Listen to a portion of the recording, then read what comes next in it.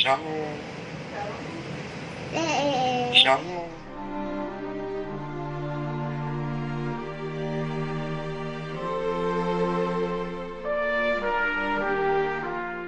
Ya.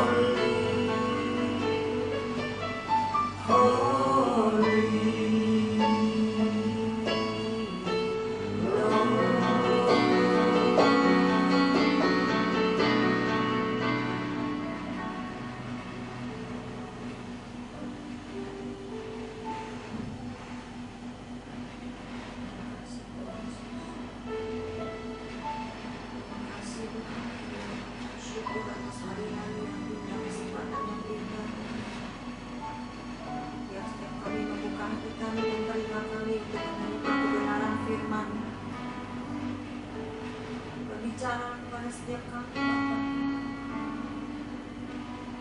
yang mendengarkan Islam.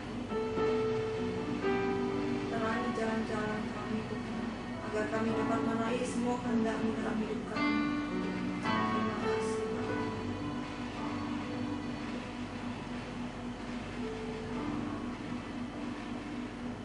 Kau besar dan ajaib Yesus,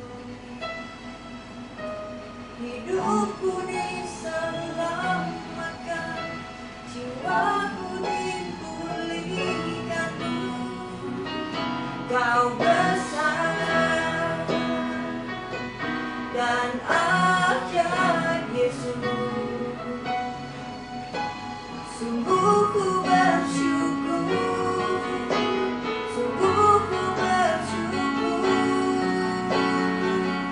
Kau besar dan ajaib Yesus, hidupku diselamatkan, jiwaku dipulihkan-Mu. Kau besar dan ajaib Yesus. Kami bersyukur Tuhan, sungguh ku bersyukur. Kau besar, kami menyatakan Engkau sungguh besar Tuhan Yesus. Sungguh Kau ajaib Tuhan, hidupku diselamatkan, jiwaku dipulihkan-Mu.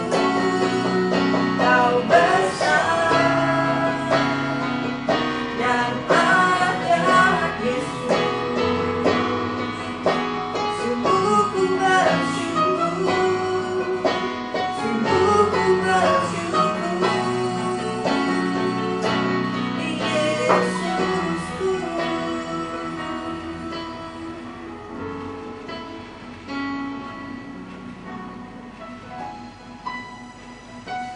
Kau besar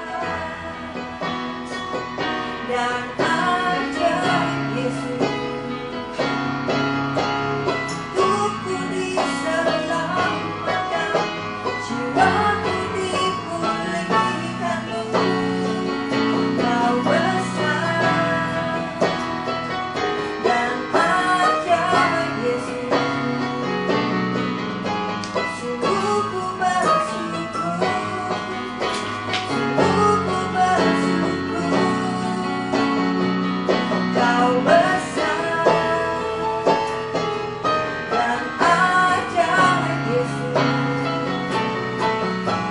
hidupku diselamatkan, jiwaku dipulihkan-Mu. Kau besar dan ajaib Yesus, sungguh ku bersyukur, sungguh ku bersyukur Yesusku. Terimalah syukur, mazmur, pujian, doa-doa kami di hadirat-Mu. Sebab Kau besar dan ajaib. Kau menyertai kami dan memberkati kami. Kau melindungi kami di segenap jalan hidup kami. Kau membawa kami masuk di padang rumput yang menghijau, menemukan hari-hari yang berharga, menemukan mata air kehidupan itu. Dan sungguh Tuhan, kami hidup di bumi seperti di sorga, sebab Engkau memberkati kami. Ulurkan tangan-Mu lagi Tuhan, pulihkan keadaan kami, sembuhkan di antara kami yang sakit, dan beri kami jawaban doa daripada-Mu. Anugerahkan kasih-Mu, sepatah kata firman-Mu cukup bagi kami. Berfirman dan berkati kami. Urapi hamba-Mu, menyampaikan isi hati-Mu dengan murni. Urapi kami semua yang menerima kebenaran firman-Mu. Roh hikmat, roh pengertian, pengenalan yang benar akan Kau limpahkan bagi kami semua. Di dalam nama Tuhan Yesus Kristus kami berdoa dan mengucap syukur. Mari semua kita yang cinta Tuhan sama-sama katakan amin. Shalom Bapak Ibu yang dikasihi Tuhan.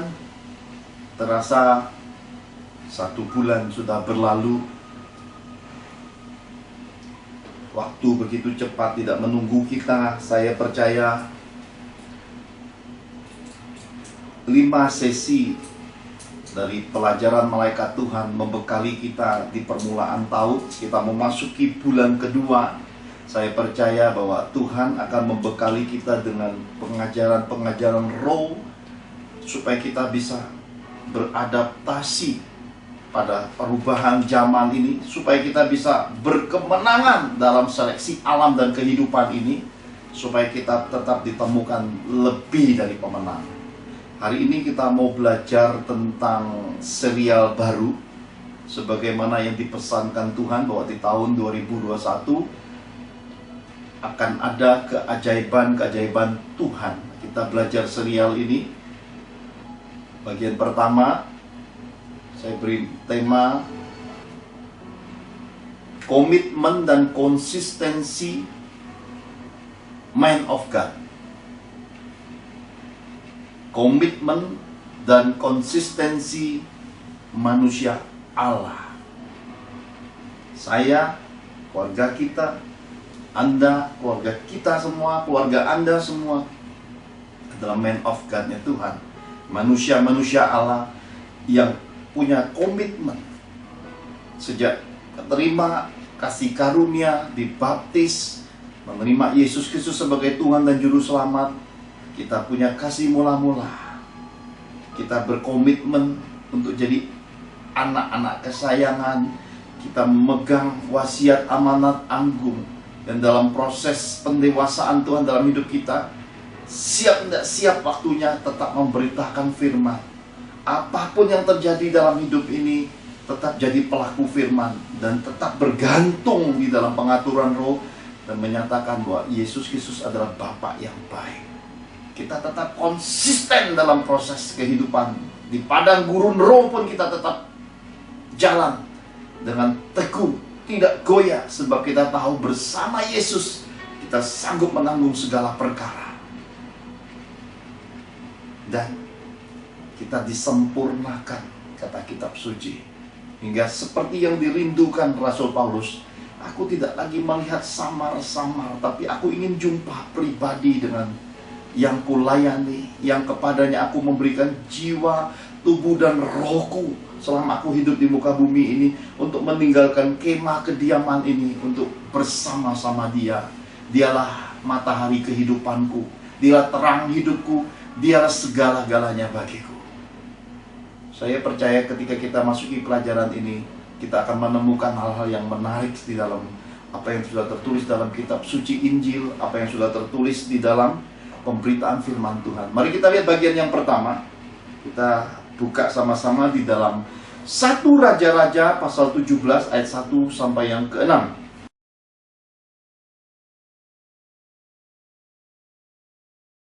1 Raja-Raja 17 ayat 1 sampai yang ke-6. Lalu berkatalah Elia, orang Tisbe dari Tisbe Gilead, kepada Ahab, demi Tuhan yang hidup, Allah Israel yang kulayani, sesungguhnya tidak akan ada embun atau hujan pada tahun-tahun ini, kecuali kalau kukatakan. Kemudian datanglah firman Tuhan kepadanya, pergilah dari sini, berjalanlah ke timur dan bersembunyilah di tepi sungai Kerit, di sebelah timur sungai Yordan. Engkau dapat minum dari sungai itu, dan burung-burung gagak akan kuperintahkan untuk memberi makan engkau di sana. Lalu ia pergi dan ia melakukan seperti firman Tuhan. Ia pergi dan diam di tepi sungai Kerit di sebelah timur sungai Yordan. Pada waktu pagi dan petang, burung-burung gagak membawa roti dan daging kepadanya, dan ia minum dari sungai itu. Amin. Haleluya. Saudara terkasih, kisah yang sangat menarik. Bangsa Israel sudah tidak hidup benar di hadapan Tuhan. Sungguh luar biasa kalau kita ada pada zaman Nabi Elia. Bila kita bandingkan lurus dengan keadaan pandemi hari ini, dengan keadaan yang berbeda, tetapi sebenarnya tekanannya mirip, saudaraku. Mengapa saya berkata mirip? Karena pada zaman Nabi Elia menemukan orang benar sulit sekali di muka bumi. Menemukan orang benar di antara bangsa orang Israel itu sangat sulit, karena semua orang hidup dalam kebenarannya masing-masing. Orang-orang yang punya pangkat kedudukan, mereka yang punya otoritas, nampaknya rohani, tetapi sebenarnya yang disembahnya sudah bukan lagi Tuhan pencipta semesta alam, tetapi terjadi penyesatan rohani di mana Baal, Asitoret, di mana dewa-dewa yang menjijikan yang dibenci oleh Tuhan itu menggantikan kedudukan yang mulia daripada Allah Israel. Nah, saudara, saya percaya bagian pertama yang Tuhan pesankan kepada kita, untuk kita bisa pegang komitmen kita, untuk kita bisa konsisten di dalam iman kita, dalam menghadapi berbagai ujian pencobaan kehidupan ini, kita harus punya satu yang pertama ini, bukti Tuhan menyertai. Kalau Tuhan tidak menyertai, hidup udah selesai, saudaraku. Kita akan masuk arus penyesatan, kita terbius dengan berbagai macam propaganda rohani, kita kemudian tidak bisa membedakan mana yang dari Tuhan, mana yang dari dunia, dari setan-setan, dari nafsu manusia. Terjadi percampuran, terjadi kompromi, terjadi hal-hal yang kita anggap benar, padahal itu luarnya memang nampaknya rohani, dalamnya duniawi sekali. Pada masa-masa seperti inilah sebenarnya, ketika Tuhan mengizinkan pandemi ini terjadi, kita bisa mulai melihat. Dahulu mungkin terjadi belum kita sadari. Istri saya dahulu pernah berkata gini, dia berkata, "Pak, penyesatan tuh seperti titik sudut, dimulai dari sedikit bergeser, nanti seiring waktu gesernya makin membesar, ya. Awalnya kan titik, saudara, ya, semuanya dekat dan tidak ada kelihatan perbedaan, sedikit menyingkir aja, sedikit serong kiri, serong lagi lurus, maka yang terjadi seiring waktu makin menjauh dari garis kodrati Tuhan, makin menjauh dari kebenaran Tuhan itu, saudaraku. Sebelum pandemi datang, kita menemukan ada banyak sekali hal-hal yang luar biasa dalam kehidupan rohani kita.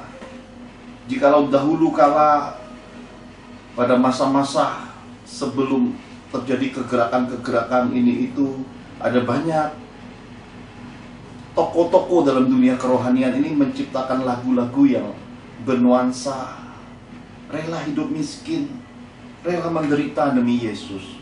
Lalu 25 tahun belakangan ini mulai keluar lagu-lagu yang populer dengan kekayaan, ya, ku diberkati, bersama Yesus melimpah. Jadi terjadi pergeseran dari menderita sengsara ikut salib untuk Yesus, kemudian melimpah-limpah. Lalu kita melihat pada zaman dahulu hamba-hamba Tuhan hidup dalam kesederhanaan, kemiskinan, dan 25 tahun terakhir ini, glamoritas rohani yang luar biasa. Terjadi pergeseran yang luar biasa. Dahulu kita melihat hal-hal yang bersifat konservatif. 25 tahun belakangan ini kita melihat kemegahan gedung-gedung, sound system, kegemerlapan lampu-lampu, kelap-kelip. Pokoknya dalam 25 tahun terakhir ini, kalau organisasi gereja, organisasi rohani, rumah-rumah ibadah kalau tidak beradaptasi dianggap lu ketinggalan zaman deh, ya. Gereja lu payah, gereja lu kampungan deh, ya. Itu kan yang terjadi, saudaraku. Mungkin yang terjadi pada zaman Elia juga seperti itu, saudara. Kenapa? Karena kalau enggak nunduk-nunduk sama Ahab dan Isabel, kalau enggak memperhamba diri dengan penguasa, nggak dapat makan enak, nggak dapat perlakuan enak, malah dikejar-kejar dibunuh, saudara. Malah dikejar-kejar ditangkap di penjara, malah disiksa dan disakiti dan diolok-olok. Mana Tuhanmu, mana Tuhanmu? Katanya berkuasa, kok nggak tolong engkau, ya. Jadi terjadi suatu peperangan di mana kedagingan lebih hebat dari roh. Terjadi penindasan, bahasa kerennya sekarang itu persekusi, ya. Betul ya? Persekusi ya, bahasa hukumnya, orang ditindas dengan kelaliman. Itu terjadi pada masa Nabi Elia. Kita ngalami 25 tahun belakangan ini, saya mengamati semua, saudara. Melihat semua. Dan saya coba tidak mengikuti arus dunia rohani sama sekali 25 tahun ini. Saya tetap dengan komitmen, punya waktu doa, punya waktu baca firman, hanya membaca buku-buku yang Tuhan khususkan. Hanya satu-satunya buku bacaan hidup saya itu cuma kitab suci. Tidur dengan kitab suci, bangun dengan kitab suci, jalan kemana dengan kitab suci. Otaknya semuanya firman Tuhan, saudara. Maka kadang terdengar suara-suara firman itu keluar sendiri, jawaban-jawaban, bahkan solusi-solusi itu muncul sendiri. Jadi saya percaya ini yang namanya sudah seperti rambutan. Kalau saudara buka udah ngelotok ya saudara ya, sudah nyatu antara daging dengan bijinya ya. Itu yang saya rasakan selama mengikuti Tuhan, saudara. Jadi ketika saya dapat kabar kecelakaan maut itu sudah ya ngelotok perasaan itu. Dalam segala kekalutan, dalam segala kekhawatiran, dalam segala perkara tetap mengutamakan Yesus. Aku tenang karena Yesus sertaku. Aku percaya firman-Nya. Dia menjagai rumpun keluargaku, menjagai keturunanku, menjagai tubuhku, tetap sehat, tetap terpelihara, selamat dalam perlindungannya, sebab ada para malaikat yang diutus untuk melindungi di segala jalan kehidupan kami dan keluarga.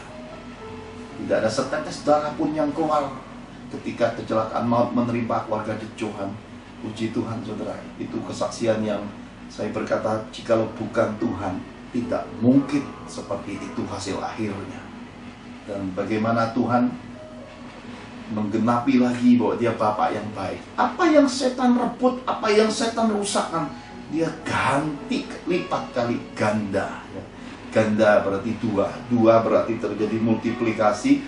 Dari yang tidak mungkin jadi mungkin. Dari yang rongsokkan jadi yang terupdate ya.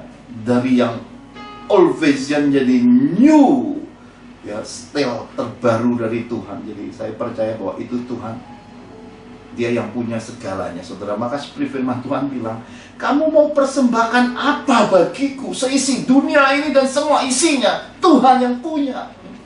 Sedangkan Tuhan mengejar hati kita. Dia mengejar sesuatu di dalam kita, di mana rohnya berdiam. Sebab pelita rohnya adalah pelita di hati kita. Dia ingin hati kita hari ini. Jadi jangan ibadah hanya sebatas lip service ya. Banyak ngomong Tuhan, Tuhan, tapi hatinya menjauh. Jangan sampai dalam kehidupan ini mata, wajah tersenyum, tapi hati membenci. Itu yang paling Tuhan tidak suka dalam kehidupan anak-anaknya. Kemunafikan rohani, saudaraku. Dia ingin kita memiliki keisraelan sejati. Kesejatian dalam original, dalam ketulusan, dalam kemurnian manusia-manusia Kristus akhir zaman. Hingga dia bisa melihat ketika dia datang kedua kali ke dunia ini, dia bisa melihat terang itu bercahaya di tengah kegelapan. Dan dia bisa melihat kepunyaannya dengan terang yang memancar dari dalam diri kita masing-masing. Saudara, saya percaya bukan sesuatu yang menyenangkan bagi seorang Nabi Elia, saudara. Perhatikan apa yang dituliskan kitab suci, dikatakan pada waktu pagi dan petang burung-burung gagak membawa roti dan daging kepadanya, dan ia minum dari sungai itu. Nah saudara, kurang greget rasanya kalau kita cuma bicara teori tentang gagak bawa roti dan daging. Kalau saya bisa menemukan video burung gagak Israel itu, izinkan saya publish buat saudara seperti apa burung gagak yang ada di Israel. Ini adalah gagaknya Nabi Elia. Gagak yang memberi makan Nabi Elia. Gagak yang ada di Karmel. Wah, semua pada berkumpul.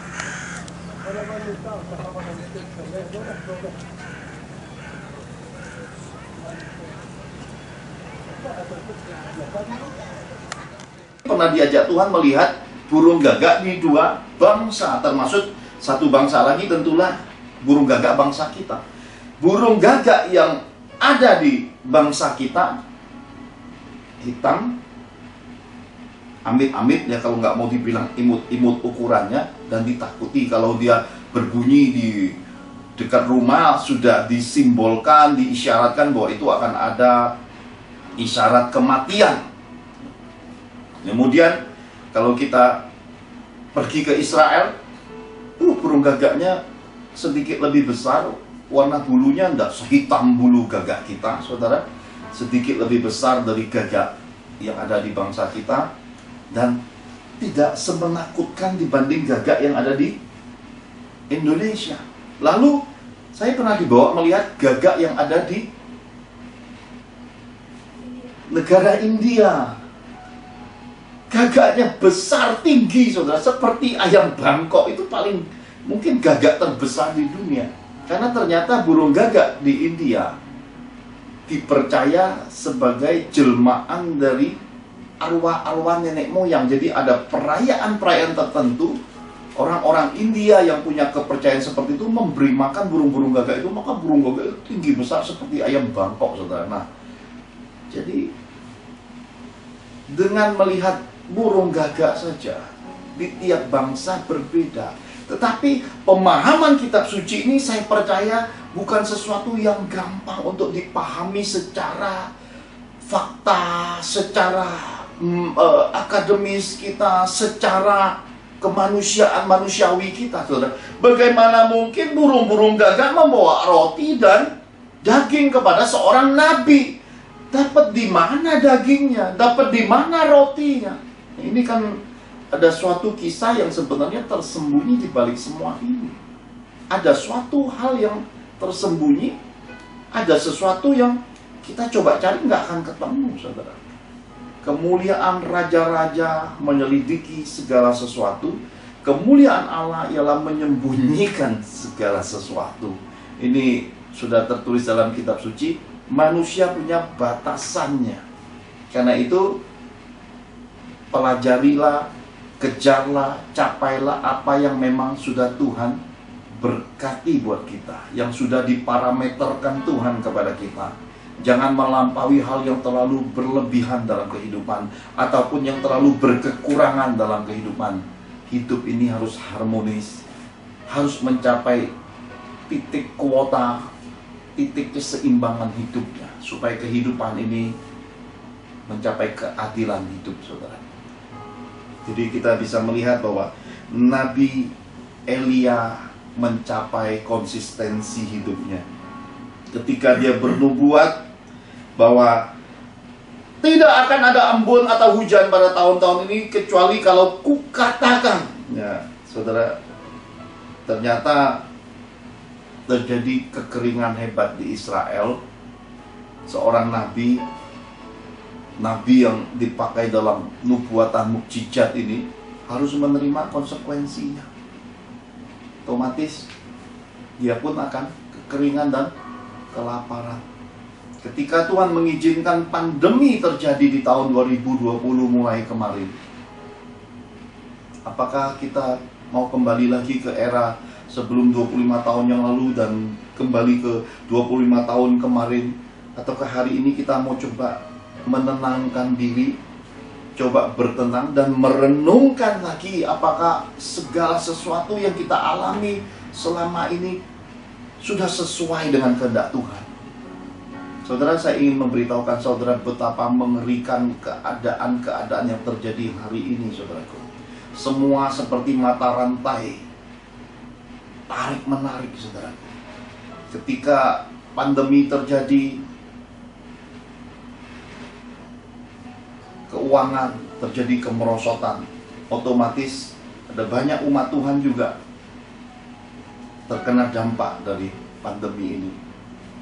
Perdagangan, perekonomian kena dampaknya, saudara.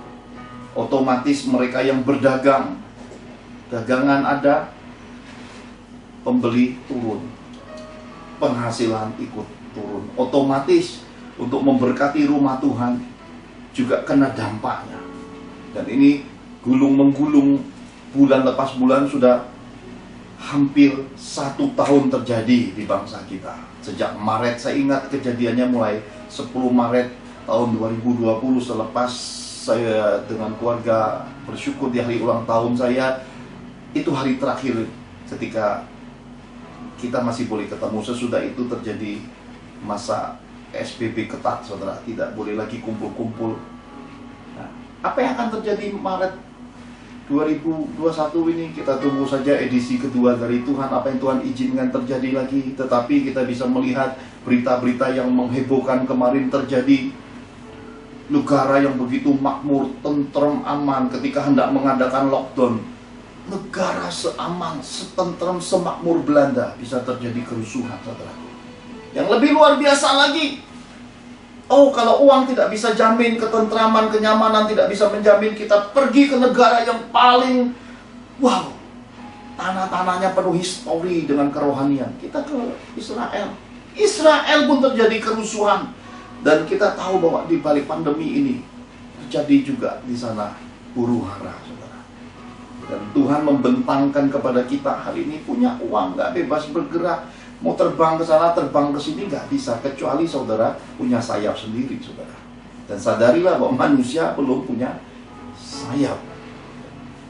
Harus kita sadari keterbatasan hidup sebagai ciptaan Tuhan ini, saudaraku. Hanya Tuhan yang layak kita sanjung, kita sembah. Di luar itu tidak ada tempat yang nyaman, tidak ada tempat yang aman. Hanya di bawah kasih karunia, di dalam kehendak Tuhan, di dalam hadiratnya, segala sesuatu itu terasa indah, saudaraku. Kita bisa melihat hari ini juga, semasa pandemi ini, satu dengan yang lain seakan-akan menjaga jarak. Dipaksa untuk menjaga jarak, saudaraku. Dan tidak bisa kumpul-kumpul lagi dengan orang-orang asing, kecuali yang satu keluarga kandung, satu kartu keluarga, satu alamat domisili, saudaraku.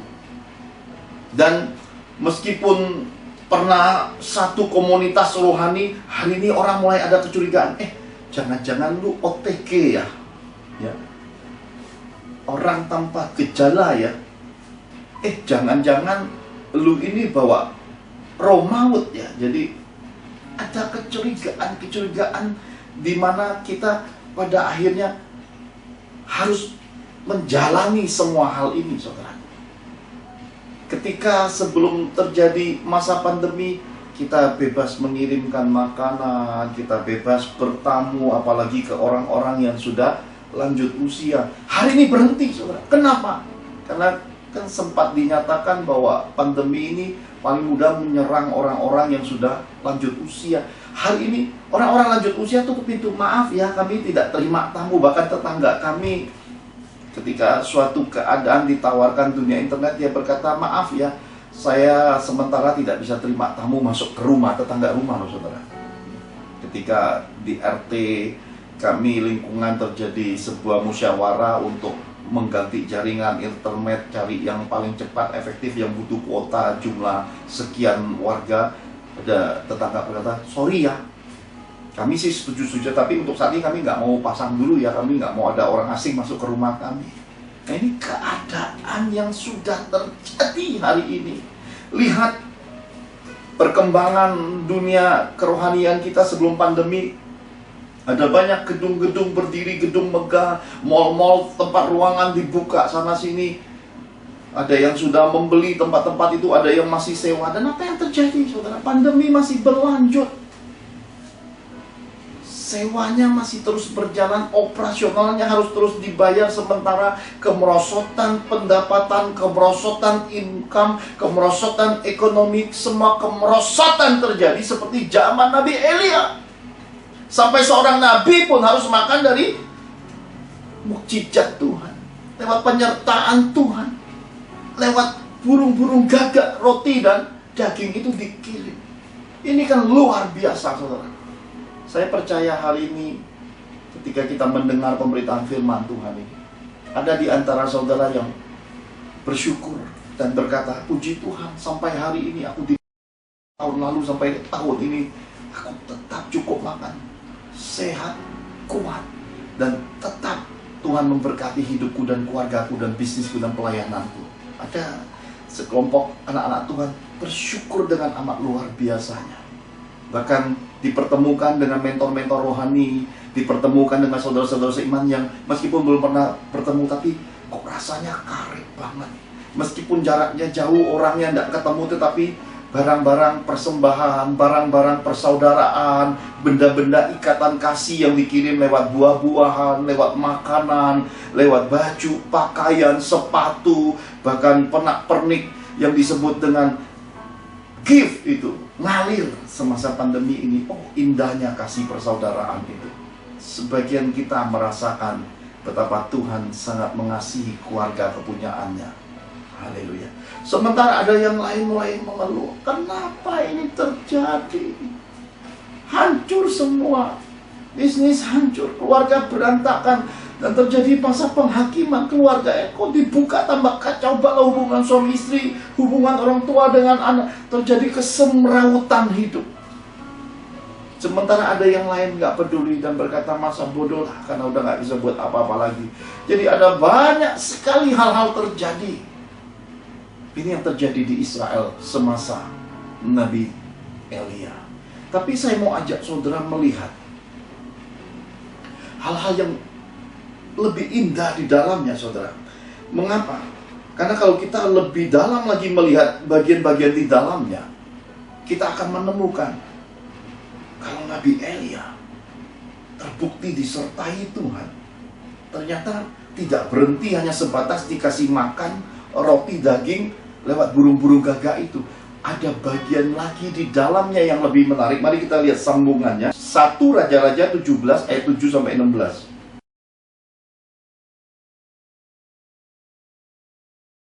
1 Raja-Raja 17 ayat 7 sampai yang 16. Tetapi sesudah beberapa waktu, sungai itu menjadi kering, sebab hujan tiada turun di negeri itu. Maka datanglah firman Tuhan kepada Elia, bersiaplah pergi ke Sarfat yang termasuk wilayah Sidon, dan diamlah di sana. Ketahuilah, aku telah memerintahkan seorang janda untuk memberi engkau makan. Sesudah itu ia bersiap lalu pergi ke Sarfat. Setelah ia sampai ke pintu gerbang kota itu, tampaklah di sana seorang janda sedang mengumpulkan kayu api. Ia berseru kepada perempuan itu, katanya, cobalah ambil bagiku sedikit air dalam kendi supaya aku minum. Ketika perempuan itu pergi mengambilnya, ia berseru lagi, cobalah ambil juga bagiku sepotong roti. Perempuan itu menjawab, demi Tuhan Allahmu yang hidup, sesungguhnya tidak ada roti padaku, sedikit pun kecuali segenggam tepung dalam tempayan yang sedikit minyak dalam buli-buli. Dan sekarang aku sedang mengumpulkan 2-3 potong kayu api, kemudian aku mau pulang dan mengelolanya bagiku dan bagi anak-anakku. Dan setelah kami memakannya, maka kami akan mati. Tetapi Elia berkata kepadanya, janganlah takut, pulanglah, buatlah seperti yang kau katakan, tetapi buatlah lebih dahulu bagiku sepotong roti bundar kecil daripadanya. Dan bawalah padaku, kemudian barulah kau buatkan bagimu dan bagi anak-anakmu. Sebab beginilah firman Tuhan Allah Israel, tepung dalam tempayan itu tidak akan habis, dan minyak dalam buli-buli itu pun tidak akan berkekurangan sampai pada waktu Tuhan memberi hujan ke atas muka bumi. Lalu pergilah perempuan itu dan berbuat seperti yang dikatakan Elia. Maka perempuan itu dan dia serta anak perempuan itu membawa makanan beberapa waktu lamanya. Tepung dan dalam tempayan itu tidak habis, dan minyak dalam buli-buli itu tidak berkurang, seperti firman Tuhan yang diucapkannya dengan perantaraan Elia. Amin. Amin. Dahsyat bukan Tuhan itu? Ajaib bukan semua kisah dalam kitab suci ini? Sesudah makan roti, sesudah makan daging burung gagak, sesudah sungai Kerit itu mengering, pertanda nubuatan mukjizat, nubuatan pandemi, nubuatan krisis itu tergenapi. Tuhan berfirman kepada Nabi Elia, pergilah ke Sarfat, sebuah wilayah Sidon. Aku sudah memerintahkan seorang janda di Sarfat untuk memberi engkau makan. Saudara baca kitab suci, saudara akan melihat hal yang berbeda dengan faktanya. Karena di dalam faktanya tidak dituliskan janda Sarfat berkata, oh, Tuhan sudah berkata kepadaku memberi engkau makan, memberi engkau minum. Enggak ada, saudara. Ya, meskipun Tuhan sudah berfirman, faktanya terkadang berbeda. Perhatikan, demi Tuhan Allahmu yang hidup, sesungguhnya tidak ada roti padaku sedikit pun kecuali segenggam tepung dalam tempayan dan sedikit minyak dalam buli-buli. Bagaimana mungkin janda Sarfat bisa memberi seorang Nabi Elia makan dan minum, saudaraku? Dia aja nggak punya apa-apa lagi. Demikian keadaan hidup kita hari ini, saudara. Hal kedua yang bisa kita pahami adalah taati Tuhan. Sampai mana taatnya kepada Tuhan? Ketaatan total dalam Tuhan. Jangan separuh, jangan ragu, jangan takut. Harus taat total dalam mengikuti Tuhan. Ketika saudara sudah memilih Yesus Kristus sebagai Tuhan Juru Selamatmu, lakukan firman-Nya dengan segenap hati.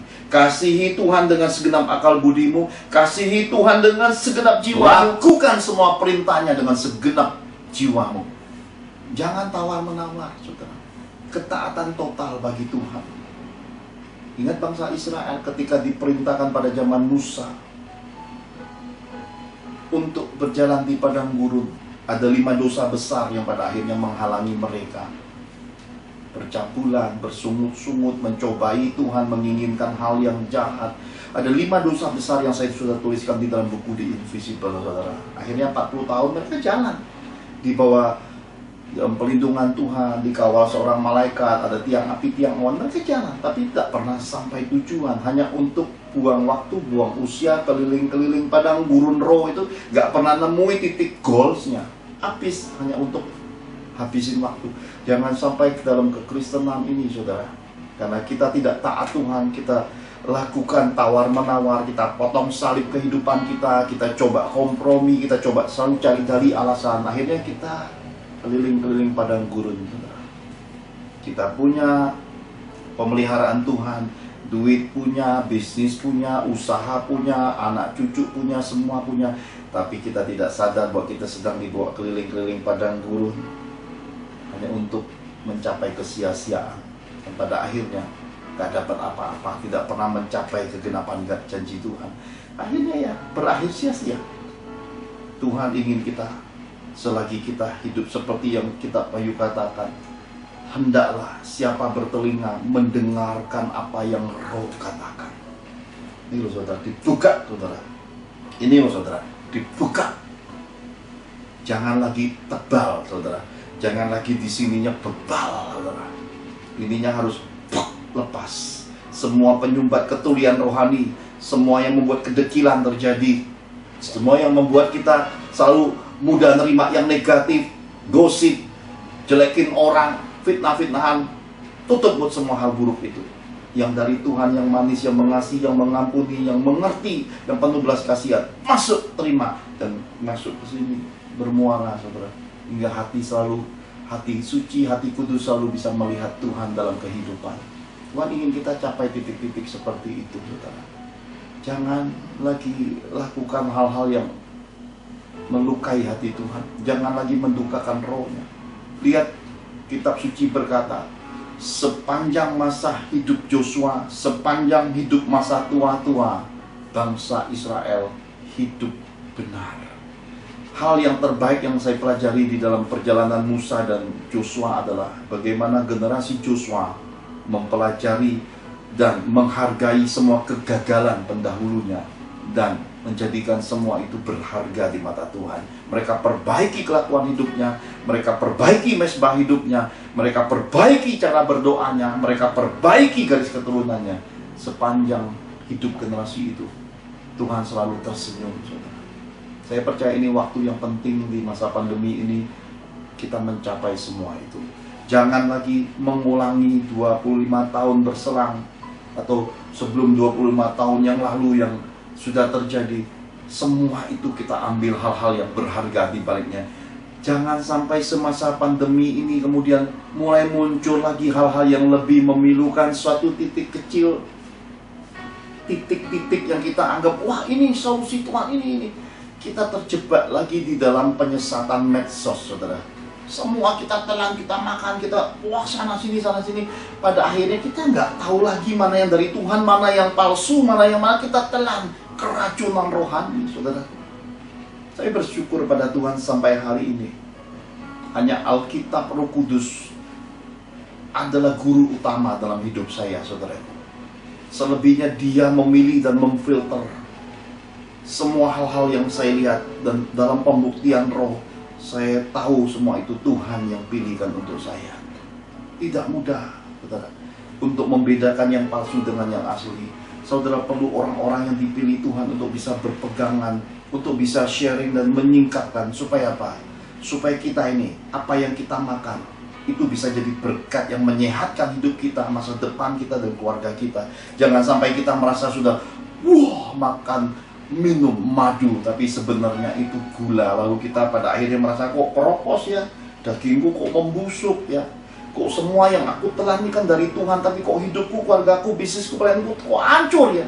Padahal yang kita telan, makan, minum mentah-mentah itu adalah kebohongan, kepalsuan rohani, saudara. Tuhan pesankan ini berkali-kali. Uji segala sesuatu, rekam jejak digital dari orang-orang yang menyampaikan isi hati Tuhan. Bobot bibit bebet mereka yang menyatakan nama Tuhan, yang berkoar-koar bersuara nama Tuhan. Selidiki. Dan semua hal yang bernuansa rohani filterkan dengan firman. Doa lagi, uji lagi, capai yang murni dari Tuhan. Nggak rugi saudara menyaring dan memfilter semua yang dari Tuhan, sampai saudara tahu uji berkali-kali berkualitas, dan kita saudara akan tahu membedakan mana yang asli, mana yang palsu. Pakai ilmu seperti ilmu Menteri Keuangan di Rabah, di Terawang, dirasa ya, ilmu 3D ya, dilihat, di Rabah, di Terawang, saya tambahkan 1D lagi, dibelanjakan. Nikmati karunia, menikmati dari Tuhan, saudara ya. Jadi saudara bisa melihat itu asli atau enggak. Demikianlah di dalam kekristenan ini dipraktekkan, ketahuan saudara. Jangan sampai kehidupan ini terjebak saudara sendiri keropos. Karena saudara anggap semua yang saudara pelajari di medsos itu madu. Saudara telan, padahal itu isinya gula, madu palsu. Yang saudara terus, telan akan ya. Saudara terhipnotis, memperhamba diri. Saudara tidak sadar ketika saudara menyanjung manusia-manusia rohani. Ketika saudara meninggi-ninggikan doktrin, melebihi Tuhan, melebihi kitab suci, melebihi firman-Nya. Itu sudah tersesat, saudaraku. Dan buah dari sebuah penyesatan adalah setan menuai hidup kita. Jangan izinkan hal ini terjadi lagi. Dan kita bisa tahu pelajaran yang luar biasa di balik kehidupan Elia. Datang ke janda Sarfat. Janda Sarfat itu,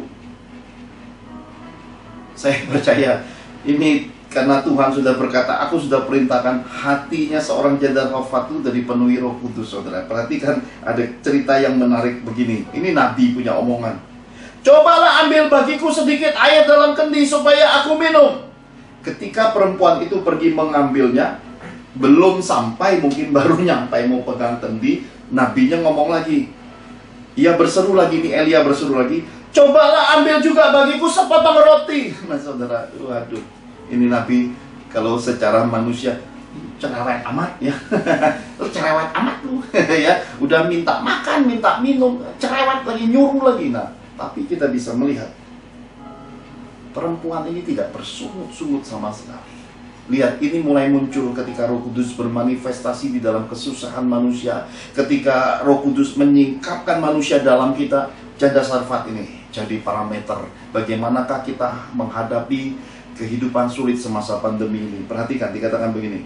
Perempuan itu menjawab, janda Sarfat itu menjawab, saya menjawab, Anda menjawab semasa pandemi di tengah kesulitan hidup ini begini, saudara. Demi Tuhan Allahmu yang hidup, sesungguhnya tidak ada roti padaku sedikit pun, kecuali segenggam tepung dalam tempayan dan sedikit minyak dalam buli-buli. Dan sekarang aku sedang mengumpulkan 2-3 potong kayu api, kemudian aku mau pulang dan mengolahnya bagiku dan bagi anakku, dan setelah kami memakannya maka kami akan mati. Ini adalah bahasa kejujuran. Kejujuran artinya suatu keterbukaan di hadapan Tuhan, karena dia melihat, loh, ini bukan orang biasa yang datang, ini eksentrik amat, dan sebenarnya agak tegaan, agak kejam. Hati-hati, saudara ya, kalau saudara ketemu orang-orang yang punya roh kenabian, mereka pasti ada hal-hal yang gak lazim. Mereka pasti punya sesuatu yang different. Saudara bisa uji dan melihat buahnya, saudara. Ingat kuncinya, mengenal nabi-nabi Tuhan lewat buahnya, lewat apa yang disebut spektakuler, supranatural, mukjizat, keajaiban Tuhan ada di dalamnya, saudaraku. Kenali hal-hal itu, dan kita bisa melihat jawabannya. Dikatakan, nggak ada apa-apa, kami ini mau makan, ini lagi ngumpulin kayu, habis ini makan, mati. Ya. Mungkin kalau bukan nabi Tuhan akan berkata, waduh, gua salah tempat, Tuhan salah berfirman nggak ini ya? Kok ngasih aku ke tempat kere begini? Apa nggak ada lagi dunia yang luas? Nggak ada orang rohani lagi? Nggak ada bendahara surga ya? Hah? Nggak ada lagi ya orang kauningratnya Tuhan ya? Hah? Sampai ketika lihat musibah, ini nabi, nggak ada lagi ya? Kok Tuhan suruh gua ke tempat yang memilukan, menyedihkan ini? Tuhan selalu punya alasan untuk mendidik umatnya. Nanti kita akan lihat sesi-sesi berikutnya, penyingkapannya keren banget, saudara, dahsyat sekali. Dan pelajaran-pelajaran ini sebenarnya tersingkap kalau saudara sudah sekolah di level S3 teologi, di level doktornya teologi. Ini akan jadi bahan diskusi, disertasi para dokter-dokter teologi yang betul-betul terbuka untuk menyimak hati Tuhan, saudara. Karena itu ketika saudara dengar khotbah ini, sebenarnya sedang memasuki dimensi itu, saudara. Ya. Selamat buat Anda, nggak perlu bayar, nggak perlu buang-buang banyak lagi PR, tapi saudara dengar, saudara langsung masuk dimensinya. Dikatakan begini sama Tuhan. Ini Elia loh, saudara, digerai Tuhan menjawab beban hidup janda Sarfat ini. Janganlah takut, janganlah takut, saudara ya, saudara. Sulit masa pandemi ini, saudara, merosot pendapatanmu, saudara, keluargamu berantakan, saudara merasa besok bakal mati. Ingat pesan Tuhan, jangan takut, ya, jangan takut. Pulang, ya, pulang. Buat seperti yang kau katakan, suruh pulang, udah, sana bawa kayunya, bakar rotinya. Tetapi bawalah lebih dulu, buatlah lebih dulu sepotong roti bundar kecil bagiku. Utamakan Tuhan lebih dulu. Kamu memang perlu, meskipun tengah kesulitan, tengah kehancuran, kamu pas-pasan, utamakan Tuhan dulu. Dengar suaranya, taati Tuhan. Ikuti pimpinan rohnya, kerjakan bagian Tuhan. Tapi aku ini kok nggak usah, saudara ya, selesai bagian itu. Saya bukan mengajar teori bagi saudara, saya punya banyak sekali pembuktian itu di dalam pelayanan, saudara. Seorang wanita suatu hari kesulitan untuk membayar kontrak rumah, sisa hitungan minggu akan selesai kontrak rumah, pegang sedikit duit tidak cukup. Lalu suatu hari di tempat ministry puluh karpet untuk doa pagi di altar itu, dia berkata, buatku nggak cukup. Ministry lagi perlu, ya sudahlah kasih ministry. Terus kami ini ya sudahlah serahkan pada Tuhan. Selepas dia lepaskan uang itu untuk Tuhan, dalam hitungan beberapa waktu kemudian suaminya ketemu sahabatnya, kemudian dapat tawaran kerja, langsung dapat berkat Tuhan yang naik gajinya mungkin lebih dari 5-10 kali lipat kalau saya tidak keliru, saudara. Jadi ketika kita masuk pada dimensi Tuhan dalam ketaatan total, akan ada terjadi kenaikan sesuatu yang disebut melimpah di tengah kesulitan, saudara.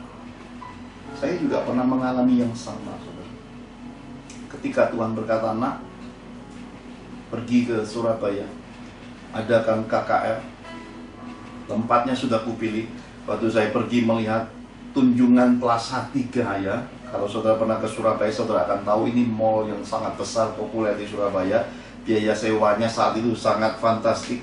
Dan waktu sound systemnya juga ditawarkan fantastik. Dengan uang yang saya lihat, wah, sewa sound system aja nggak cukup, apalagi mau sewa gedung. Tapi saya menyelesaikan kehendak Tuhan, dan setelah kami tabur semua, Tuhan sediakan semua. Ternyata Tuhan malah melipat gandakan, sehingga semua keperluan ministry itu bahkan mencukupi semuanya, bahkan ada kelebihan yang sangat banyak pada masa itu. Jadi saudara, kunci dari kekristenan itu, apa yang ditulis dalam kitab suci adalah taati Tuhan.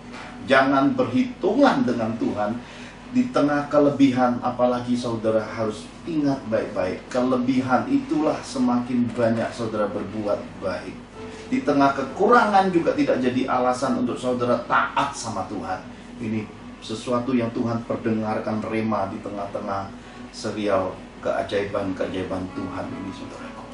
Kita bisa melihat sesuatu yang sangat menarik di baliknya. Nabi ini berkata, kamu buat aku dulu, sesudah buat aku baru buatmu buat anakmu. Jadi porsi yang gak cukup itu dikatakan tetap harus engkau utamakan Tuhan. Ini kan pelajaran iman yang berat sebenarnya. Ini pelajaran orang yang mencapai titik. Yesus pernah berkata, barang siapa takut kehilangan nyawanya, ya kehilangan. Ada banyak orang dalam ketakutan karena kebutuhan. Ada banyak orang karena perhitungan, oh kasihannya buat anaknya sekolah, pendidikan, ini itu. Tuh hari ini lihat semuanya serba Zoom, saudara ya. Oh takut tuh ini itu, takut ini. Semua ketakutan tuh hari ini dibuyarkan Tuhan, saudara ya. Semua dunia hari ini sedang tiarap dalam keadaan buyar, saudara. Semua rencana muluk-muluk berapa puluh tahun buyar dalam sekali Tuhan izinkan pandemi terjadi. Tetapi saudara harus hati-hati, jangan sampai dalam keadaan buyar jadi euforia baru lagi dalam dunia rohani. Dan ketika saudara melihat suatu lagi keadaan musim, mulai titik-titik penyimpangan di medsos, saudara telan, pada akhirnya yang terjadi adalah saudara memulai lagi titik kehancuran yang baru dalam hidup rohanimu, hidup keluargamu, hidup masa depanmu, saudara. Jangan. Ingatlah kitab suci, ingatlah Yesus Kristus Tuhan kita, ingatlah Dia sudah mengutus Roh Kudusnya, ingatlah Dia sudah pesankan, ujilah segala sesuatu. Ujilah, tidak semua roh itu dari roh Tuhan, saudara.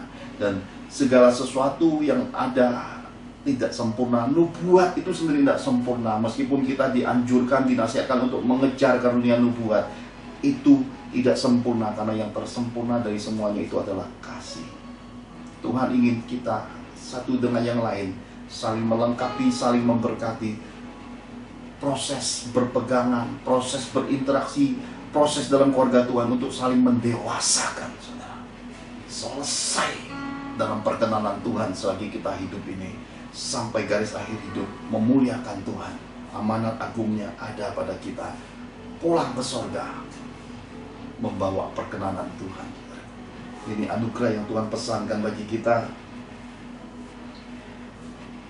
Haleluya. Lihat, kalau Tuhan sudah meminta, sebelum saudara kerjakan, baru saudara, yes God, yes Father, oke Tuhan, I am ready Tuhan. Ya. Langsung keluar firman berikutnya. Ini ajaibnya Tuhan. Maka saya selalu berkata, baru muncul di hati, baru muncul keinginan aja, tidak kekurangan berkat. Ini pesan saya buat anak-anak Tuhan. Semasa kecelakaan terjadi, kecelakaan maut menimpa keluarga The Johan, apa yang saudara semai, saudara taburkan, saudara akan tahu nanti tidak pernah sia-sia dalam hidupmu. Saudara mungkin berkata, oh hari ini tambah sakit, kok aku tambah susah. Kamu nggak tahu isinya di balik semua itu. Mungkin Tuhan sedang meluaskan semua itu jadi satu paket untuk membawa keluar semua penyakit dan kutuk dan kematian itu satu paket cabut keluar, saudara. Kenapa? Tuhan hendak menolong hidupmu, hendak membuat terobosan, hendak membuat mukjizat besar, dan hendak memperpanjang umurmu, saudara. Kita nggak tahu hari ini, kita tidak pernah tahu apa yang terjadi hari ini. Kadang kita nggak tahu memilih ke kiri ke kanan, kadang kita bingung dalam kehidupan, tapi percayalah di dalam Tuhan. Jadi upayamu dalam Tuhan tidak pernah sia-sia, dan Tuhan tidak akan mempermalukan orang yang berharap kepada Dia, saudara. Ya, saya percaya itu karena kitab suci berkata begini. Sebab beginilah firman Tuhan. Nabi Elia langsung bernubuat. Beginilah firman Tuhan Allah Israel, tepung dalam tempayan itu tidak akan habis, dan minyak dalam buli-buli pun tidak akan berkurang sampai pada waktu Tuhan memberi hujan ke atas muka bumi. Janda Sarfat jadi lambang. Selama janda ini dipelihara, selama nubuatan penghukuman, nubuatan pandemi ini terjadi, Tuhan memelihara janda Sarfat ini. Tuhan akan memelihara hidup saudara. Tuhan akan memelihara hidup keluargamu. Tuhan akan menjamin kelangsungan keluargamu. Tuhan akan membedakan engkau di tengah-tengah bangsa, di tengah-tengah manusia yang ada di muka bumi ini. Tuhan akan menjagai rumpun kepunyaannya. Tuhan akan menjagai keluarga-keluarga kepunyaannya. Tuhan akan melindungi anak-anak kesayangannya.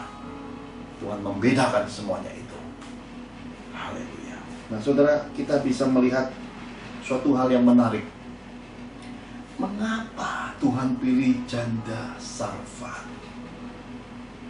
Saya mau ajak saudara melihat, ini akan semakin luar biasa disingkapkan. Dan saya waktu dibukakan Tuhan, waduh, ini luar biasa. Mari kita lihat lebih dulu tentang janda Sarfat ini. Apa kaitannya Tuhan pilih dia?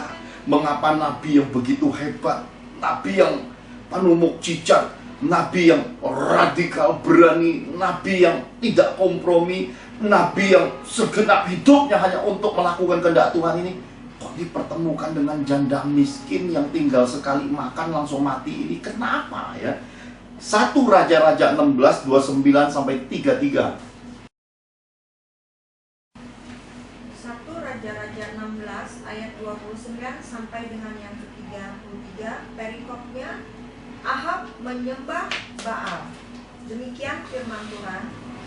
Ahab, anak Omri, menjadi raja atas Israel dalam tahun ke-38 zaman Asa, Raja Yehuda. Dan Ahab bin Omri memerintah 22 tahun lamanya atas Israel di Samaria. Ahab bin Omri melakukan apa yang jahat di mata Tuhan, lebih daripada semua orang yang mendahuluinya.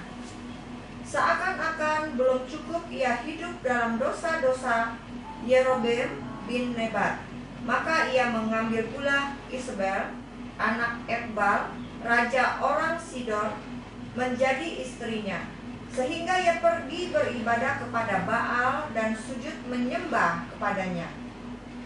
Kemudian dia membuat mezbah untuk Baal itu di kuil Baal yang didirikannya di Samaria.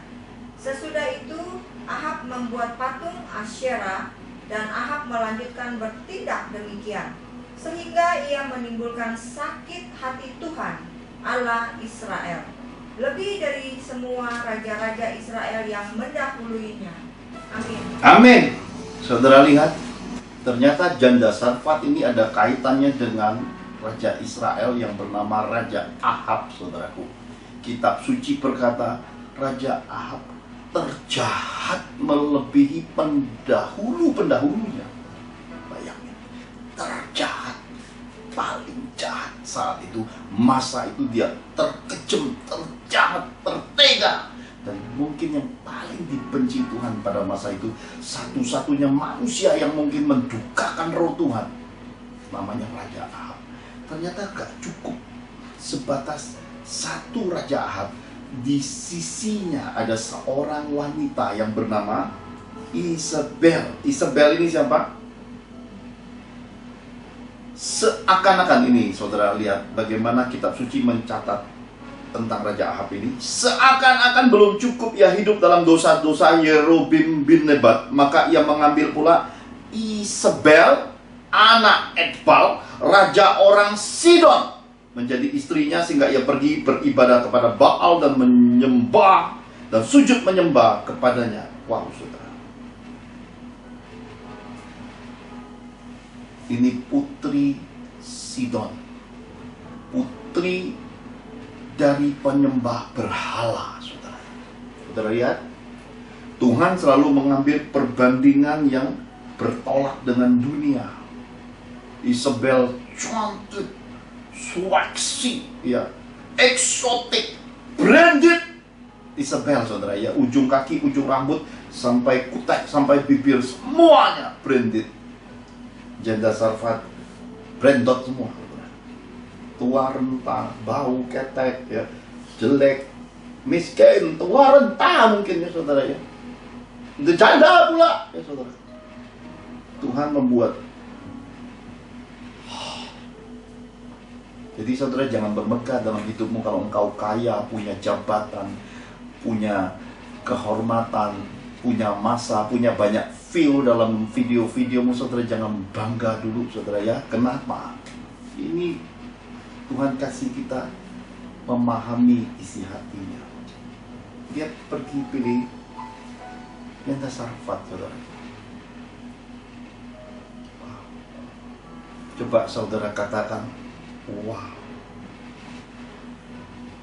Kalau datang ke Raja Ahab buat mukjizat, beres kan, satu bangsa tertolong. Tapi Tuhan tidak mau. Karena apa? Karena dia tidak bisa diatur manusia, saudara, ya.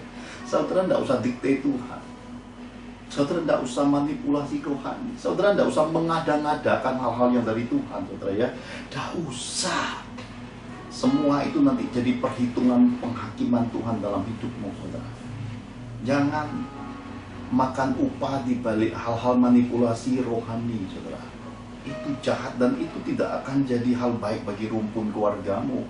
Karena nanti saudara akan tahu ngerinya garis keturunan Ahab dan Isabel ini, saudara. Nah, masalah bagaimana Ahab dan Isabel menyembah berhala. Ada Baal, ada Asyera. Saya tidak akan kupas lagi bagian ini karena sebelumnya sudah kita kupas sama-sama di dalam serial Penyesatan Dunia. Saudara bisa buka video-videonya lagi, saudara. Nanti linknya saya bagikan di video ini. Belajar 3 seri Penyesatan Dunia, saudara akan belajar melihat tentang daun muda, santet, kamos, dewa-dewa, berhala, Baal, dan di sana banyak sekali disingkapkan. Saya percaya akan memperlengkapi dunia rohani kita di dalam Tuhan. Pendalaman kita akan kitab suci, karena ini pengajaran sambung menyambung. Jadi saudara jangan hilangkan linknya, simpen. Kalau saudara takut hilang dan tidak update, ya saudara, ya, karena tiap minggu beredar, terkadang kita lupa karena beberapa teman-teman nyari-nyari. Jangan lupa, saudara, ya, ini mungkin banyak kali yang saya nggak pernah buat, ini diingatkan Roh Kudus. Tekan tombol subscribe, jangan lupa pencet belnya. Habis itu jangan lupa kasih komentarnya. Ampun, saudara. Saya tidak pernah lakukan seperti itu karena bagi saya Tuhan itu tidak perlu dipromosikan dirinya. Saudara tahu kebenaran kemurniannya, saudara akan kejar. Seperti halnya orang cari madu di tengah jurang yang tinggi, di tengah pohon yang menjulang tinggi besar, di tengah bahaya yang mengerikan, masih sambung tangga bambu yang mengerikan, tetap orang pergi ambil. Kenapa? Karena kualitas madunya. Demikian juga pemberitaan firman Injil yang murni. Ada orang yang nggak paham, nggak ngerti, nggak sabaran karena baru dengar sedikit sudah ditutup videonya, padahal di dalamnya isinya madu murni semua, pengajaran hati Tuhan, pengajaran dan pesan Tuhan secara roh, dan bagaimana semua ini sambung menyambung. Nah, ada orang-orang di berbagai bangsa ternyata akses terus, akhirnya yang dekat tidak diberkati, yang jauh yang terpisahkan oleh pulau dan benua, malah mereka yang terima berkat yang luar biasa. Inilah namanya hidup. Tuhan berkata apa? Terdahulu jadi terkemudian, terkemudian jadi terdahulu. Akhirnya, pada akhirnya segala sesuatu ukurannya kembali kepada hati kita, diri kita.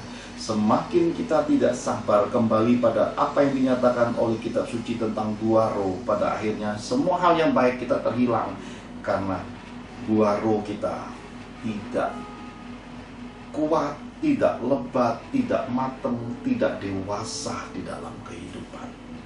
Saudara terkasih, sesudah kita mendengar apa yang dinyatakan lewat kehidupan Ahab dan Isabel ini, kita bisa melihat dengan jelas hari ini, jangan terjebak lagi dengan godaan dunia. Jangan lagi mengejar sesuatu yang berbau duniawi, nafsu-nafsu badania, nafsu-nafsu duniawi, hal-hal yang mendukakan Tuhan, hal-hal yang disebut dengan keinginan-keinginan daging, semua perbuatan-perbuatan yang melanggar firman, semua yang dikerjakan dalam kegelapan, dalam kepalsuan, dalam kemunafikan. Hentikan semua itu, saudara. Mari kembali pada kelakuan hidup menurut firman, hidup yang tulus, hidup yang murni, hidup yang tak bercacat. Hiduplah tak bercela di hadapan Tuhan dan sesama. Itu Tuhan pesankan. Dan sebagai bagian terakhir, untuk penyingkapan mengapa Tuhan pilih janda Sarfat, mengapa dia memilih wanita di Sidon yang kontradiksi dengan Isabel, Ratu Ahab. Kenapa dia memilih saat putri Sidon, putri penyembah berhala demikian bejatnya, ternyata di balik kehidupan suatu negara yang disebut Sidon penuh dengan penyembah berhala, masih ada satu janda Sarfat yang punya hati Tuhan. Hati-hati dengan hatimu. Hati-hati dengan hatimu. Hati-hati dengan hatimu, kata Tuhan. Haleluya. Mari kita lihat bagian terakhir. Lukas 4 ayat 16 sampai yang ke-30. Lukas 4 ayat 16 sampai 30. Yesus ditolak di Nazaret. Ia datang ke Nazaret, tempat ia dibesarkan, dan menurut kebiasaannya pada hari Sabat ia masuk ke rumah ibadat, lalu berdiri hendak membaca dari Alkitab. Kepadanya diberikan kitab Nabi Yesaya, dan setelah dibukanya ia menemukan nas, di mana ada tertulis, Roh Tuhan ada padaku, oleh sebab ia telah mengurapi aku, untuk menyampaikan kabar baik kepada orang-orang miskin. Dan ia telah mengutus aku untuk memberitakan pembebasan kepada orang-orang tawanan dan penglihatan bagi orang-orang buta, untuk membebaskan orang-orang yang tertindas, untuk memberitakan tahun rahmat Tuhan telah datang. Kemudian ia menutup kitab itu, memberikannya kembali kepada pejabat, lalu duduk. Dan mata semua orang dalam rumah ibadat itu tertuju kepadanya. Lalu ia mulai mengajar mereka. Katanya, pada hari ini genaplah nas ini, sewaktu kamu mendengarnya. Dan semua orang itu membenarkan dia, dan mereka heran akan kata-kata yang indah yang diucapkannya. Lalu kata mereka, bukankah ia ini anak Yusuf? Maka berkatalah ia kepada mereka, tentu kamu akan mengatakan pepatah ini kepadaku, hai tabib, sembuhkanlah dirimu sendiri. Perbuatlah di sini juga, di tempat asalmu ini, segala yang kami dengar yang telah terjadi di Kapernaum. Dan katanya lagi, aku berkata kepadamu, sesungguhnya tidak ada nabi yang dihargai di tempat asalnya. Dan aku berkata kepadamu, dan kataku ini benar, pada zaman Elia terdapat banyak perempuan janda di Israel, ketika langit tertutup selama 3 tahun dan 6 bulan, dan ketika bahaya kelaparan yang hebat menimpa seluruh negeri. Tetapi Elia diutus bukan kepada salah seorang dari mereka, melainkan kepada seorang perempuan janda di Sarfat di tanah Sidon. Dan pada zaman Nabi Elisa banyak orang kusta di Israel, dan tidak ada seorang pun dari mereka yang ditahirkan, selain daripada Naaman, orang Syria itu. Mendengar itu, sangat marahlah semua orang yang di rumah ibadat itu. Mereka bangun lalu menghalau Yesus keluar kota dan membawa dia ke tebing gunung, tempat kota itu terletak, untuk melemparkan dia dari tebing itu. Tetapi ia berjalan lewat dari tengah-tengah mereka lalu pergi. Amin. Saudara terkasih, kita bisa melihat Tuhan Yesus setelah sekian ratus, sekian ribu tahun menjawab semua tentang mengapa Tuhan memilih janda Sarfat di Sidon itu, saudara. Ini tersembunyi begitu lama dalam kitab suci Perjanjian Lama, sudah ganti beberapa generasi, saudara. Pergantian-pergantian hakim-hakim, sampai masanya imam-imam pun berganti.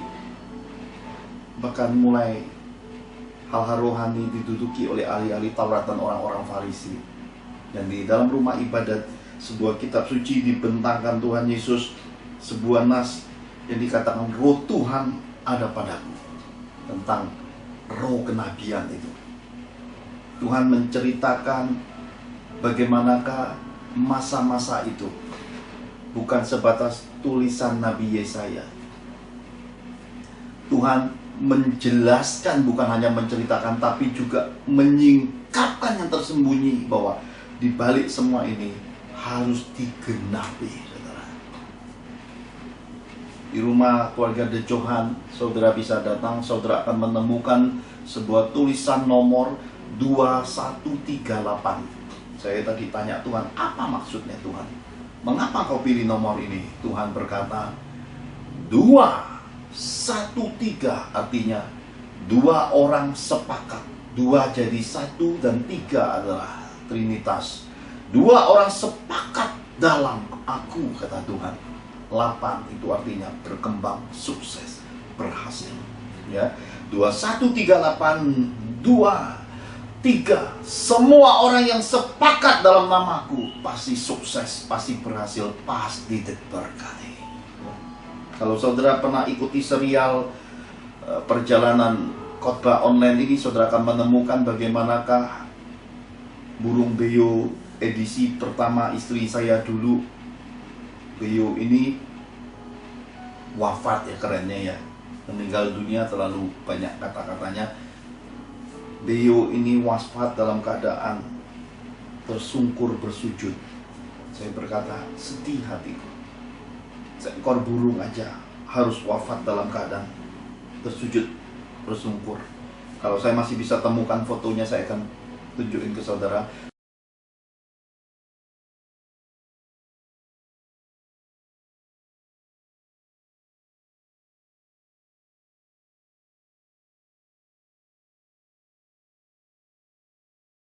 Lalu Tuhan memberi saya sebuah kerinduan untuk punya pengganti. Saya mesti doa sekian lama. Ini ada bertepatan dengan kelahiran cucu rohani kami yang Tuhan pilih, namanya adalah Anaya. Jaraknya kemudian selisih 2 minggu kurang lebih dengan kelahiran Anaya. Tuhan kirim saya seekor burung beo, lebih tinggi, lebih jangkung, dan lebih besar, dan lebih cakep parasnya. Lalu Tuhan berkata, berilah nama Tibi, ya. Ajaib banget, Tuhan berkata, beri nama Tibi. Saya panggil dia Tibi, dia bisa panggil namanya sendiri, Tibi, Tibi, ya, kalau saudara datang ke sini. Dan yang luar biasa, kalau saudara masih berlambat-lambat dalam pendewasaan roh dalam kehidupan ini, beo di rumah De Johan sudah bisa mengucapkan Shalom. Shalom. Shalom. Saudara sudah lihat di awal videonya, bukan? Shalom, shalom katanya. Jadi kalau burung saja bisa demikian cepat dan paham diajar hal-hal baik, harusnya kita melebihi seekor burung beo dalam kehidupan ini, saudara. Tuhan pesankan kepada kita suatu penyingkapan dari Tuhan Yesus.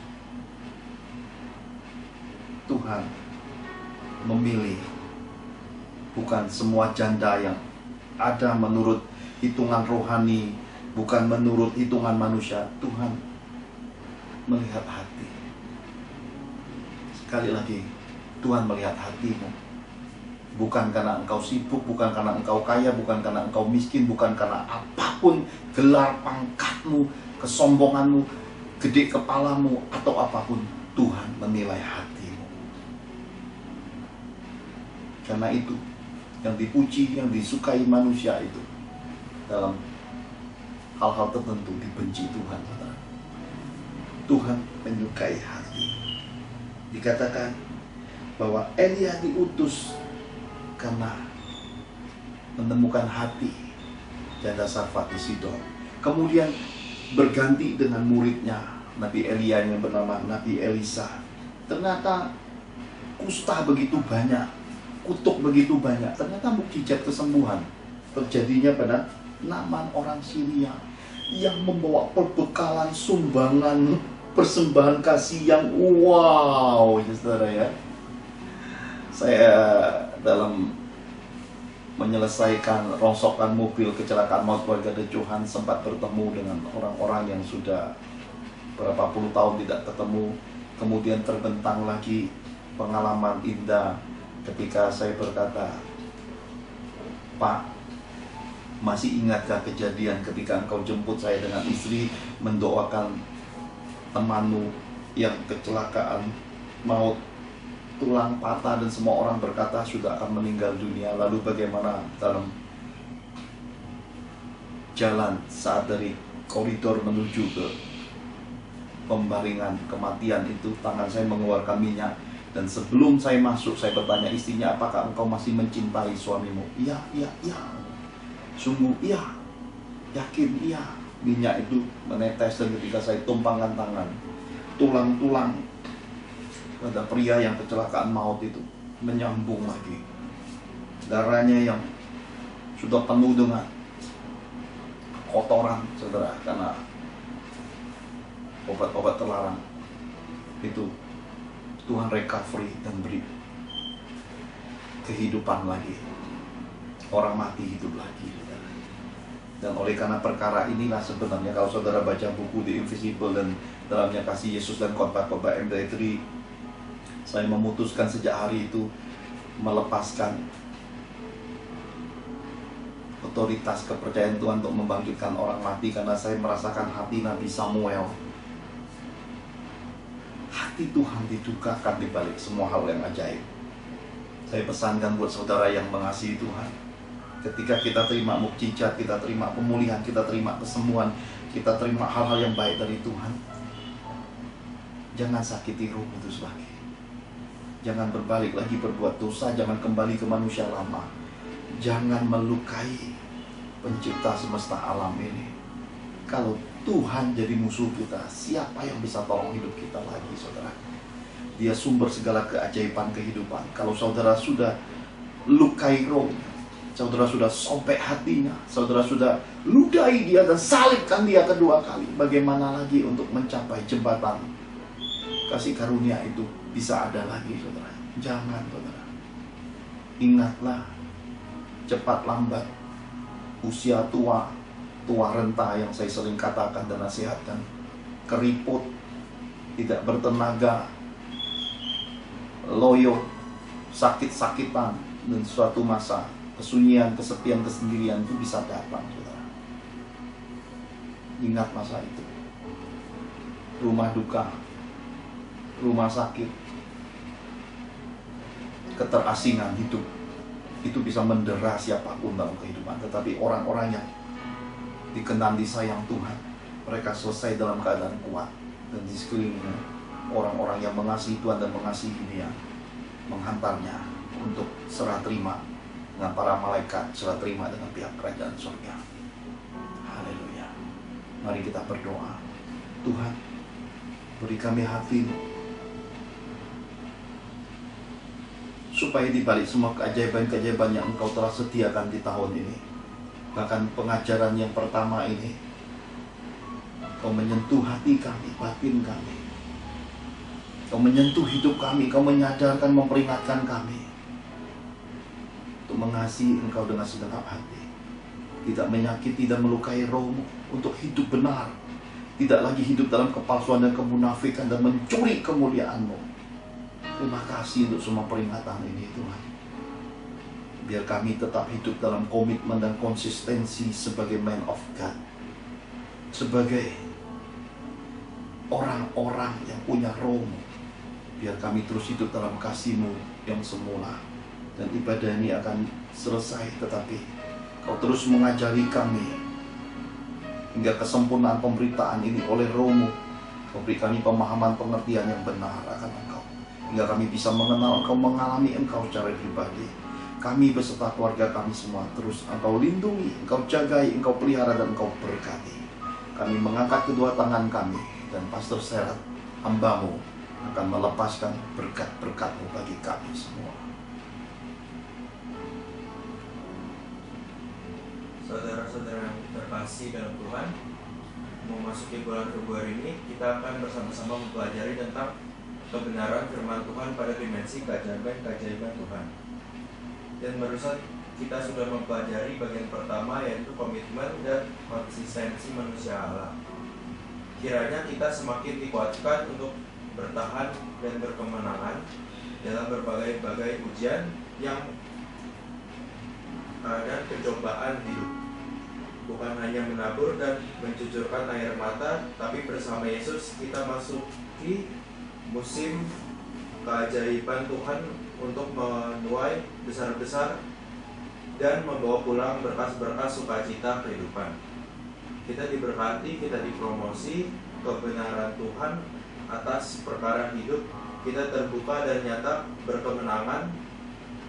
Lumbung-lumbung, gudang-gudang, dan seluruh bejana hidup kita di muka bumi ini diisi Tuhan penuh dengan melimpah ruah. Para malaikatnya berkemah mengitari kediaman kita. Hidup bahagia dan selalu dilindungi Tuhan. Mari kita angkat kedua tangan kita dengan sehati dan doa sepakat untuk menerima berkat-berkat Bapa Surgawi. Terbukalah tingkap-tingkap langit, semua taburan benih dan ketaatan hidup kita beroleh kegenapan firman-Nya. Kita menabur dan menuai, kita dipeliharanya, kita dibelanya, kita disertainya, kita diberkatinya. Maka tercurahlah berkat Bapa Surgawi, engkau akan terus naik dan tidak menjadi turun, engkau akan menjadi kepala dan bukan ekor. Adonanmu, lumbung-lumbungmu, rekening bank, dan kas keuanganmu diisi Tuhan penuh, berkat bangsa-bangsa pun masuk dalam kapasitas hidupmu. Diberkatilah keluargamu, diberkatilah karir bisnismu, diberkatilah studimu, diberkatilah pelayananmu.